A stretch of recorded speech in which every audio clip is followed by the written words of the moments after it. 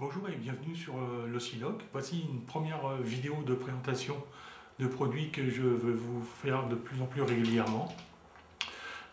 C'est l'occasion d'une avant-première d'un produit Asus qui m'a donné l'idée de vous présenter par le biais d'une vidéo avant un test de tout le matériel que je vais recevoir.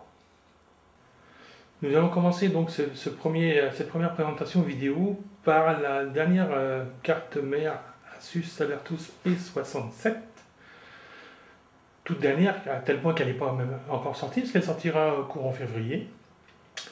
Donc un petit rappel sur la gamme Sabertooth de Asus.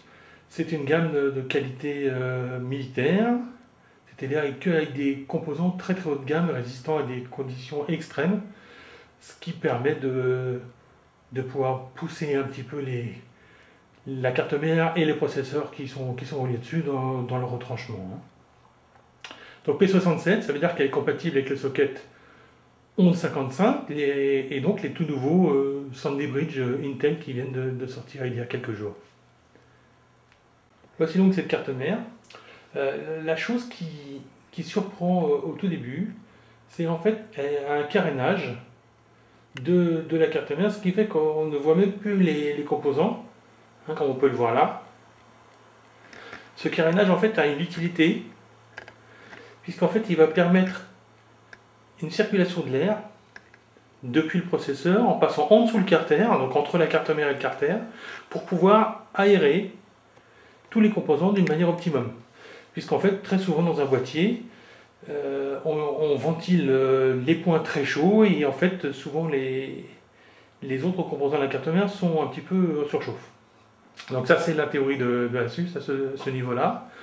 Et donc nous avons un tout nouveau procédé qui va, ou devrait, permettre de mieux aérer les composants de la carte mère et donc de pouvoir les pousser un peu plus loin dans le retranchement en termes d'overclocking. Nous avons des connectiques habituels pour ce type de carte mère assez haut de gamme, quand même. On va dire milieu de gamme, mais haut de gamme pour le grand public, avec tout un ensemble de connectiques, de l'USB 3, de l'USB à gogo, du Firewire, de l'ISATA,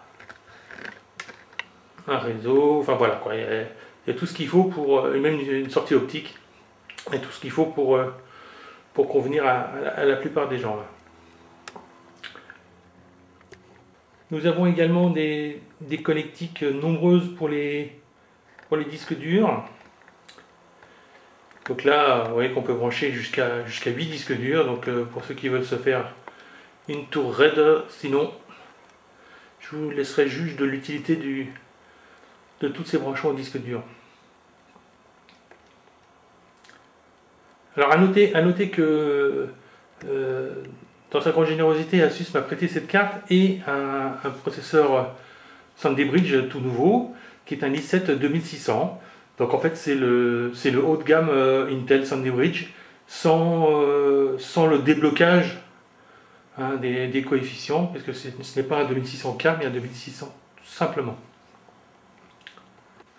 Avec la carte mère, il va falloir, pour bénéficier du refroidissement et de circulation du flux d'air en dessous le carter, l'idéal étant que le ventirad du processeur souffle sur le processeur et ne soit pas en format tour, mais on va dire en format à plat.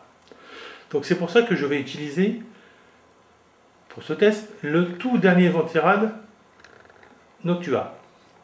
Ce ventirad Noctua qui est un NH C14. J'ai déjà fait un test sur l'Oscilloc à ce sujet. Je vous le représenterai en visuel. Voici donc ce C14 de Noctua, qui a donc une particularité d'être équipé de deux ventilateurs 940 mm à l'horizontale, donc à plat, top flow diront certains.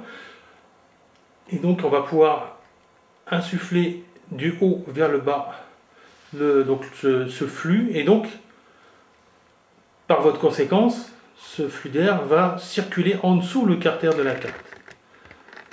En dessous le carter. Là, vous le voyez là, il y a un espace. Voilà.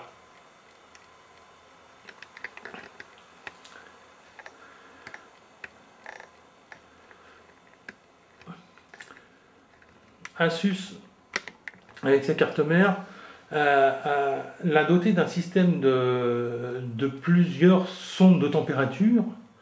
Je crois que c'est 9 au total. Et une possibilité également de pouvoir gérer plusieurs ventilateurs. J'ai dit bien gérer et pas simplement monitorer. C'est-à-dire que cette carte a également un système de gestion de ventilation qui semble enfin beaucoup plus complet que ce qui existe actuellement sur les cartes mères. Je dis enfin parce que ça fait des années qu'on attend ça. Donc voilà, donc Asus nous promet de belles choses avec cette nouvelle carte. On va voir tout ça lors des tests à venir prochainement sur l'Osiloc.